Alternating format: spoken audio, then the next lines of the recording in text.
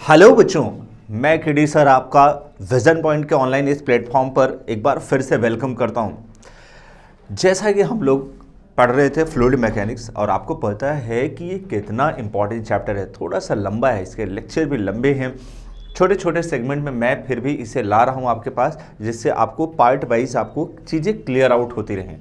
और चूँकि लंबा है टॉपिक, लंबा चैप्टर है, कई ढेर सारी इसमें थ्योरम्स आएंगे, कई ढेर सारी इसमें चीज़ें मैकेनिज्म आएंगी, उसको वन बाय वन हमें सीखना है। आज का जो सेशन है वो सेशन भी बहुत इंपॉर्टेंट होने वाला है, क्योंकि यहाँ पे हम लोग सीखेंगे लिक्विड के कुछ अलग नेचर जो हमारी आंखों के सामने कभी आए तो होंगे, लेकिन उन्हें हम लोगों ने कभी एक्चुअली में समझा नहीं होगा। मतलब अक्सर हम लोग लिक्विड हर कई टाइप के हम लोग यूज़ करते हैं, बट उनके पीछे का रियल मैकेनिज्म क्या होता है डियर, आज तक हम लोगों ने कभी ना जाना होगा ना समझा होगा। लेकिन आइए मैं आपको इससे काफ़ी कुछ चीज़ें रूबरू कराता हूँ और काफ़ी कुछ नया नॉलेज मिलेगा आपको आज ये लेक्चर में। आइए देखते हैं। जैसा कि ये हम लोग पिछले टर्म्स में काफ़ी कुछ चीज़ें जिससे हम लोगों ने पढ़ा, क्या क्या कि हम लोगों ने कैसे लिक्विड का टेंडेंसी होता है, बैलेंसी क्या होता है, मतलब ये सारी पास्कल्स लॉज के एप्लीकेशंस, ये ढेर सारी चीज़ें हम लोगों ने डिस्कस किया था। ठीक, आज का जो टर्म्स है वो एक डायनेमिक फ्लूइड को लेके है, और उसमें सबसे पहला मोस्ट इंपॉर्टेंट टॉपिक है विस्कोसिटी। कुछ लोग खास तौर से जो हिंदी मीडियम में बच्चे होते हैं वो इसे कहते हैं सियानता, लेकिन यहां मेरा मैटर इससे नहीं था। क्या होता है इसका एप्लीकेशन, कैसे हम इसे मतलब यूज करेंगे, और क्या है ये एक्चुअली, व्हाट इज विस्कोसिटी। देखिए मैं आपको बड़ा बढ़िया समझाता हूं, बहुत ध्यान से और आप समझिएगा। हम लोग लिक्विड यूज करते हैं, दो टाइप के लिक्विड अपन लोग इस्तेमाल करते हैं। एक वो जो कंसंट्रेट होता है, एक वो जो डाइल्यूट होता है। अब समझिएगा, अगर मैं आपसे कहूं, अगर एक एग्जांपल दे रहा हूं मैं आपको, जैसे कि सपोज करिए कि मैंने आपसे कहा कि मेरे पास ना ये ग्लास है, ठीक, और एक ग्लास में पानी भरा है। नाउ सिंपली एक छोटा सा मैंने ग्लास और लिया और उसमें हनी भरा है। A glass which is filled with water and another glass which is filled with Honey. अब अगर मैं दोनों को ऐसे गिराऊं, एक तरफ से हनी को और एक तरफ से मतलब हनी वाली ग्लास को और एक तरफ से वाटर वाली ग्लास को, राइट, तो इसमें किसकी पूरी पूरी धार बनेगी, करंट किसका बनेगा। आप कहोगे सर ऑब्वियस बात है, करंट तो बनेगा वाटर का। क्यों, जबकि वही हनी ड्रॉप वाइज आएगी। आप कहोगे सर हनी ज्यादा कंसंट्रेट है, दैट्स व्हाई वो ड्रॉप वाइज आ रहा है, या जो वाटर है वो डाइल्यूट है, इस वजह से वो नॉर्मली आ जा रहा है। मजे की बात बताऊं, आपका कहना सही है, लेकिन इसके पीछे का मैकेनिज्म क्या है, इसके पीछे का रीजन क्या है, यहां हम बोलेंगे because honey have more viscosity than that of water, या honey have viscous solution than that of water, या large viscous solution than that of water. इसका मतलब समझ में आया डियर। एक्चुअली लिक्विड की जो टेंडेंसी होती है, लिक्विड भी लेयर के फॉर्म में फ्लो करते हैं, लाइक दिस। आप देख रहे होंगे कि ये लिक्विड की जैसे ये लेयर है, तो ये अपर लेयर हो गई और ये बॉटम लेयर हो गई। लिक्विड हमेशा एक दूसरे के ऊपर स्लाइड करके फ्लो करना चाहते हैं, समझिएगा डियर। हम आपको यहां एक मजेदार बात सिखा रहे हैं, क्या बेटे, सीखिएगा। जब लिक्विड लेयर के फॉर्म में फ्लो कर रहा होता है डियर, लिक्विड लेयर के मतलब अपर वाली लेयर ही, तो ये इस लेयर की वेलोसिटी सबसे ज्यादा होती है, और जैसे जैसे लेयर नीचे आती जाती है डियर, इस लेयर की वेलोसिटी सबसे मिनिमम होती है। You can simply say that approximately 0 होती है। कैसे, हमने आपसे क्या बोला, अप्रॉक्सीमेटली 0 कह सकते हो। रीजन क्या होगा, जैसे जैसे नीचे आते जाओगे बॉटम वाली लेयर पर प्रेशर बढ़ता चला जाएगा। अच्छा, कोई बात नहीं, ये फ्री है, इस वजह से अपर लेयर जो सबसे टॉप लेयर होगा वो एक फ्री लेयर होता है। कैसा लेयर होता है? फ्री लेयर होता है। इस वजह से ये फ्रीली मूवमेंट करता है और इस पर जो प्रेशर भी एक्सर्ट करेगा बहुत ज्यादा एटमॉस्फेरिक प्रेशर एक्सर्ट करेगा। अच्छा, अब मैंने आपसे पहले कहा लिक्विड लेयर के फॉर्म में फ्लो करता है, यानी ऐसे अरबों खरबों लेयर होगी एक दूसरे के ऊपर, और इस लेयर की वेलोसिटी, इस लेयर की वेलोसिटी, इस लेयर की वेलोसिटी, इस लेयर की, इस लेयर की, जैसे जैसे आप नीचे जा रहे हो एक के रेस्पेक्ट में दूसरे की रिलेटिव वेलोसिटी डिक्रीज होती चली जाती है, और जैसे आप ऊपर बढ़ते हो तो एक के रेस्पेक्ट में दूसरे की रिलेटिव वेलोसिटी इंक्रीज होती चली जाती है। जैसा कि आपको डायग्राम में दिखाऊंगा कि अगर इस लेयर की वेलोसिटी मैंने क्या सपोज कर लिया v, और इनके बीच की दो लेयर के बीच की स्मॉल गैपिंग हो गई लेट्स सी dx। मेरा बच्चा ये हो गया dx, तो इसकी अपर लेयर की, इसके जस्ट ऊपर वाली लेयर की वेलोसिटी थोड़ी सी बढ़ जाएगी v प्लस dv। समझिएगा, कोई बात नहीं। मैंने कहा इसकी यहां से हाइट है x, इनके बीच डेल x, तो यहां से टोटल हाइट कितनी हो गई? तो आपने कहा सर x प्लस dx। देखो सिंपली बॉटम सरफेस से मैंने कंसीडर कर लिया। अब होता क्या है, जैसे मान के चलो एक ऑब्जेक्ट किसी दूसरे ऑब्जेक्ट पर अगर स्लाइड करता है तो उसके बीच में कुछ ना कुछ फ्रिक्शन ऐड करेगा, जीरो होगा लेकिन एक कांटेक्ट फोर्स तो एक्ट करता ही है ना मेरा बच्चा। उस कांटेक्ट फोर्स को वहां पे कहते हैं फ्रिक्शन फोर्स।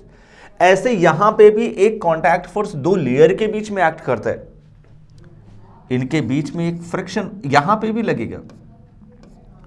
इस फोर्स को कहा जाता है डियर विस्कस फोर्स। क्या बोला जाएगा?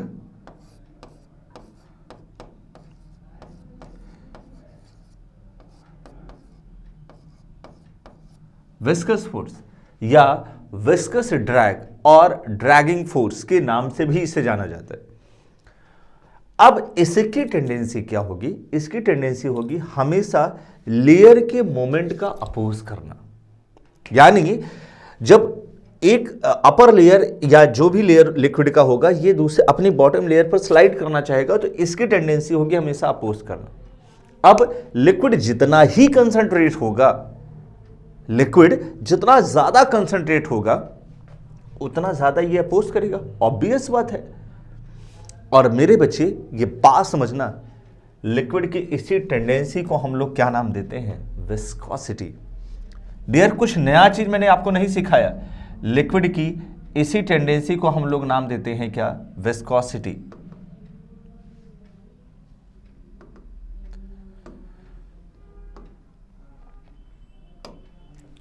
यानी अब डेफिनेशन ध्यान से देखना, द प्रॉपर्टी ऑफ लिक्विड, मजेदार बात समझना, property of fluid by virtue of which it opposes, word समझना, यही चीज यहां से रिलेट कर रहा है, opposes the relative motion in the adjacent layer. Adjacent मतलब क्या हुआ? जस्ट इसके नीचे वाली लेयर, मतलब एक से जुड़ा हुआ दूसरी layer. Adjacent layer is known as viscosity. यानी ये एक कैसी फिनोमेना है डियर? अपोजिस की। ये बात वर्ड समझना, और एक लेयर का दूसरी लेयर पर अपोज करने की इसी टेंडेंसी को हम लोग क्या कहते हैं dear? Viscosity. This is property of liquid. और चलो आप फिर कह रहे द वेलोसिटी चेंज बाय, मान चलो यहां वही मैंने आपसे कहा कि अगर बॉटम लेयर की वेलोसिटी v हो, ऊपर वाली लेयर की वेलोसिटी अगर इसके बीच की गैप इन dx हो तो उसी रेशियो में इसकी वेलोसिटी बढ़ जाती है। हाँ बिल्कुल सर बढ़ जाती है। कितना बढ़ जाएगी? मैंने कहा dv बढ़ जाएगी। चलो dv इंक्रीज कर गई उसकी। तो यहां एक वर्ड आता है कोफिशिएंट ऑफ विस्कोसिटी। कैसे निकालते हैं? तो डियर यहां थोड़ा समझना होगा, देखिएगा, हालांकि यहां बताया गया है, मैं आपको दिखा दे रहा हूं। ये जो विस्कस फोर्स होता है ना, मान लिया इन दोनों की एक रिलेटिव एरिया, सॉरी थोड़ा सा आप लोगों को हो सकता है ये चीज ना दिखाई दे,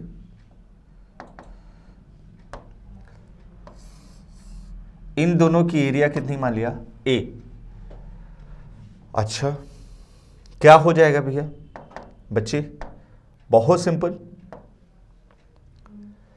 हमने आपको बताया कि इनके बीच का ये जो विस्कस फोर्स है ना डियर, ये दो चीजों पर डिपेंड कर रहा है। पहला एरिया पर, दूसरा इनके बीच एक वर्ड आता है, एक टर्म्स आता है जिसे हम लोग कहते हैं velocity gradient, velocity per unit distance. कैसे?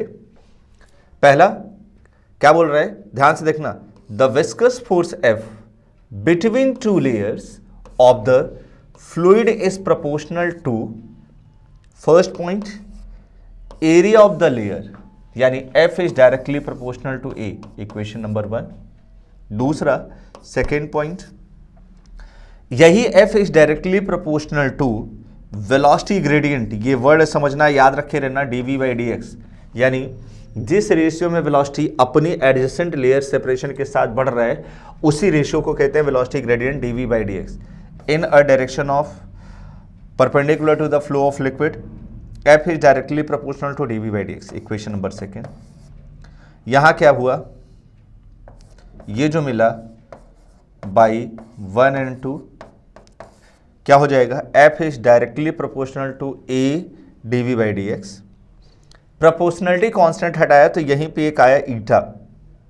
आइए, मैंने आपसे बोला था, यहां थोड़ा सा मैं आपको सिखा दे रहा हूं, वहां डाउट हो तो यहां समझ लीजिएगा। F is directly proportional to A, जितनी ज्यादा एरिया होगी उतना ज्यादा विस्कस फोर्स होगा। अच्छा, एक मजेदार बात, नॉर्मली जो फोर्स होता है, जिसे अगर हम लोग फ्रिक्शन फोर्स पढ़े अपन मैकेनिक्स में, तो वहां पे फ्रिक्शन फोर्स कभी भी एरिया पे डिपेंड नहीं करता, ये दिमाग पे रखे रहना। लेकिन लिक्विड में जो फ्रिक्शन फोर्स है which is known as viscous force, वो एरिया डिपेंडेंट होता है। ये बात हमेशा याद रखे रहना। आप ये कह दो सर वहां पे अपन क्यों नहीं फील करते, वहां पे भी तो एरिया डिपेंडेंट है, नहीं, उसमें कभी भी एरिया डिपेंडेंट नहीं होता, ये बात अच्छे से याद रखे रहना। खैर, F is also directly proportional to dV/dx। हमने कहा proportionality हटी dear, 1 2, this one is the velocity gradient, F is directly proportional to A,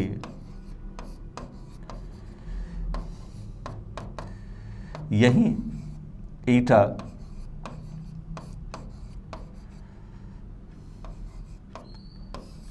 ये रिलेशन है। ये माइनस क्यों लगा था, क्योंकि आपने देखा था विस्कस फोर्स लेयर के मोमेंट के ऑपोजिट डायरेक्शन में जा रहा था, तो माइनस लगा दिया, यानी ईटा इज इक्वल टू क्या हो जाएगा, माइनस F/A।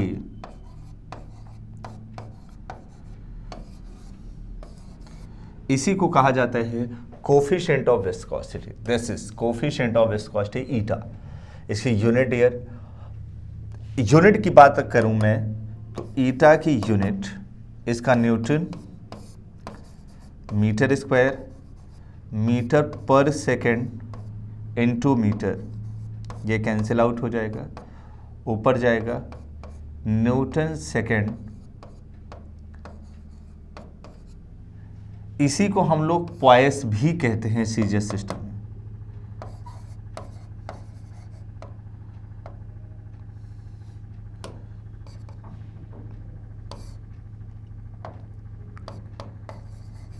पॉइस ये है 1 पॉइस, ठीक। हाँ, ये कह सकता हूं 1 dP, डे का पॉइस इक्वल टू 10 पॉइस होता है, ठीक। पूछा जाता है कभी कभार। डायमेंशन की बात करें,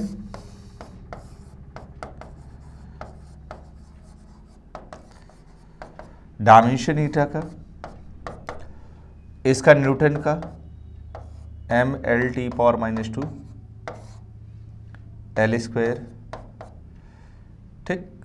और यहाँ क्या हो जाएगा, metre per second L/-1 upon metre, L से L कैंसिल हो जाएगा, यहाँ एक L से एक L चला जाएगा, ये आ जाएगा।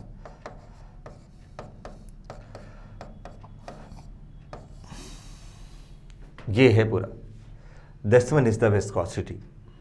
ये दिमाग पे रखे रहिएगा, बहुत इंपॉर्टेंट केस है, ठीक।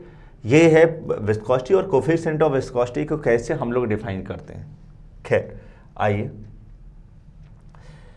दूसरा, अब विस्कोसिटी सीख लेते हैं, तो विस्कोसिटी की एप्लीकेशन हम सीखेंगे, लेकिन तब सीखेंगे जब हमें फ्लो का नेचर पता हो जाए, क्योंकि यहाँ काफ़ी कुछ चीज़ें हमें जाननी है। फ्लो क्या होता है, टाइप्स ऑफ फ्लो, लिक्विड कितने तरीके से बह सकता है। तो अभी मैं आपको सिर्फ 2 फ्लो सिखाने वाला हूँ जो कि बहुत इंपॉर्टेंट है। सबसे पहला स्ट्रीमलाइन फ्लो या लैमिनार फ्लो। स्ट्रीमलाइन फ्लो और लैमिनार अप्रॉक्सीमेटली सेम ही होते हैं, इसमें बहुत ज़्यादा कंफ्यूज मत होइएगा, ठीक है। स्ट्रीमलाइन फ्लो क्या होता है, आपको पता है जब किसी पाइप के अंदर या किसी भी ट्यूब के अंदर लिक्विड फ्लो कर रहा होता है, मूवमेंट कर रहा होता है, तो उसमें यहां एक मजेदार बात सिखाता हूं डियर।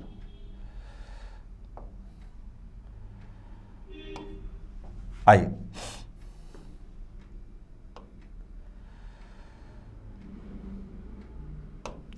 देखिएगा, सपोज करिए एक ट्यूब और ये एक मेरे पास non uniform cross sectional area वाला ट्यूब है। इसके एरिया अपन मान ले रहे हैं A1, इसकी एरिया अपन मान ले रहे हैं A2। ये X हेड हो गया और ये डियर Y हेड हो गया, कोई बात नहीं।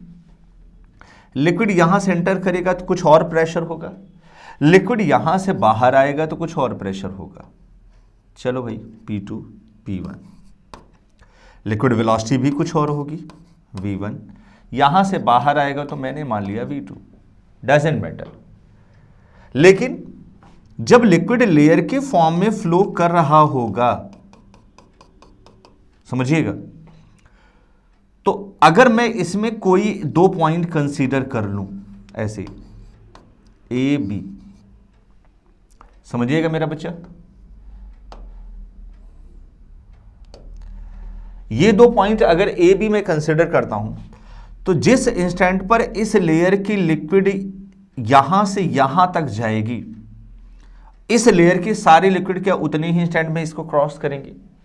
हाँ, मतलब अगर ये टी टाइम में यहां से यहां तक ये वाली इस लेयर की ये मॉलिक्यूल यहां से यहां तक क्रॉस कर रहे हैं, तो इस लेयर के सारे मॉलिक्यूल उतने ही इंस्टेंट ऑफ टाइम में इसको क्रॉस करेंगे। मतलब एक के पीछे एक चींटियों वाली चाल, बिल्कुल लाइन ब्रेक नहीं होगी।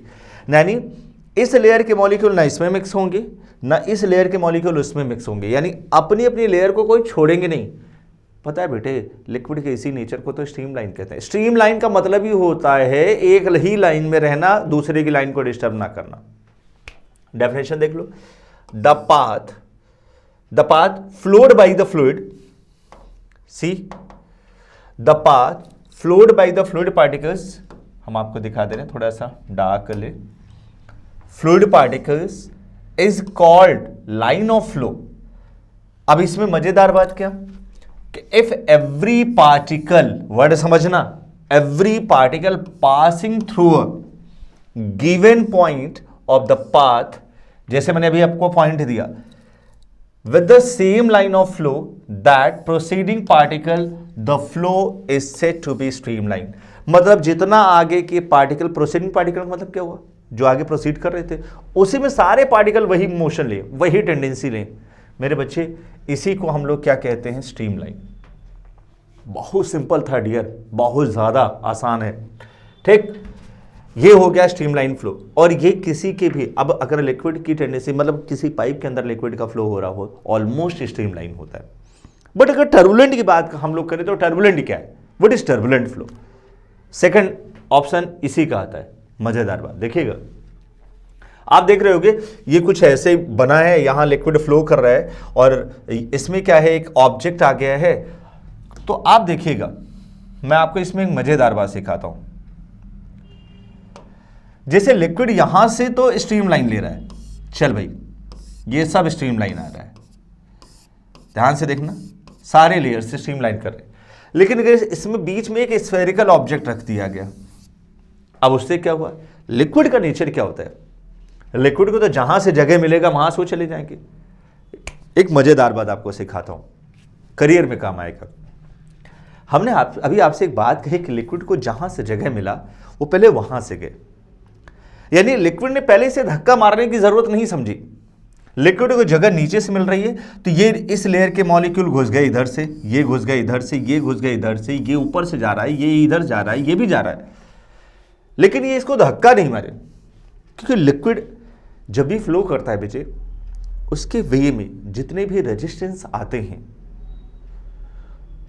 वो करता क्या है, पहले उसे जहां से जगह मिलता है ना उस साइड से निकलता है।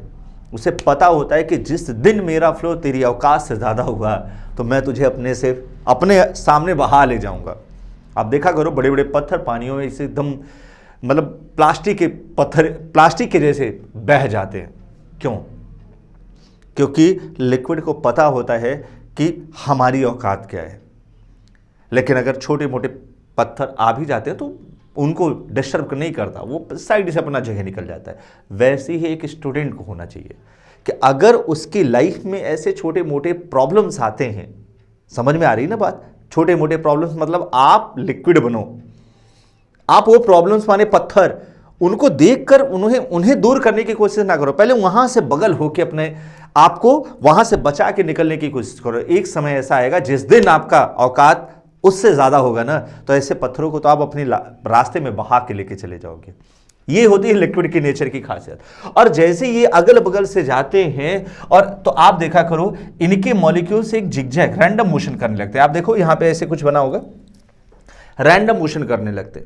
कोई बात नहीं, जब इस लेयर के मॉलिक्यूल एक दूसरे में मिक्सअप हो जाएं, जिगजैग मोशन करने लगे। आइए देख लीजिए, मैंने आपसे बोला ये डेफिनेशन देखिएगा, यहीं पे सामने क्लियर आउट करता है कि if the velocity of flow exceed the critical velocity, इसके बारे में मैं डिस्कस करूंगा आप लोगों के साथ। व्हाट इज क्रिटिकल वेलोसिटी, ये आगे इन नेक्स्ट लेक्चर में डिस्कस करूंगा मैं। Critical velocity, the mixing of streamline, ये देखो स्ट्रीमलाइन थी, mixing takes place and the flow what the hell and the flow path becomes zigzag। यही था zigzag, रैंडम, एक दूसरे में मिक्स जाना, घुल जाना, zigzag। such motion is known as turbulent flow। और ये हर जगह हो सकता है डियर, सबसे ज्यादा कि जैसे मान चलो ऐसे ही पाइप था, यहां स्ट्रीमलाइन हो रहा था, ठीक, आपने क्या किया, सडन आगे यहां से आपने ब्रेक मार दिया, मतलब आप ऐसे पानी के आगे आप देखा करो ना प्रेशर में ऐसे हाथ लगा देते हो, तो यहां से देखा करो कि इधर तो स्ट्रीमलाइन था और एक इंस्टेंट बाद वो किस में कन्वर्ट हो जा रहा है, किस में कन्वर्ट हो जा रहा है, टर्बुलेंट में। इसी को कहते हैं हम लोग क्रिटिकल वेलोसिटी।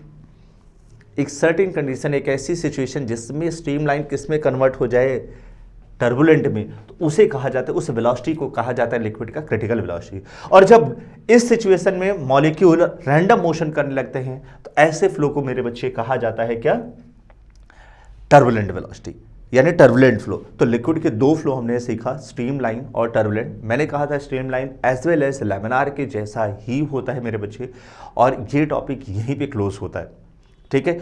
तो आप लोग इसके बारे में, अब इसके जितना भी आप लोगों को मैंने पढ़ाया है इसके बारे में अब नेक्स्ट लेक्चर में सिर्फ और सिर्फ इसके एप्लीकेशंस होंगे और मज़ा आएगा आपको सीखने में, क्योंकि काफ़ी डेरिवेशन आपको सीखने को मिलेगा, कुछ नई नई चीज़ें मिलेंगी। तो मिलते हैं हम आप लोगों से नेक्स्ट लेक्चर में। लेकिन मैंने जैसा कि आप लोगों को बता रखा है कि अगर इनकेस अब आपसे कोई भी क्वेश्चन, कोई भी क्वेरीज आपको पूछनी होती है, डाउट है अगर आप लोगों को, तो आप बेझिझक दिए गए इस नंबर पर आप कॉन्टैक्ट कर सकते हो और पूछ सकते हो कि आपके डाउट्स क्या हैं। सर हमें ये चीज़ समझ में नहीं आ रही है, हमें यहाँ दिक्कत हो रही है, आप बेझिझक पूछिए। Okay, thank you.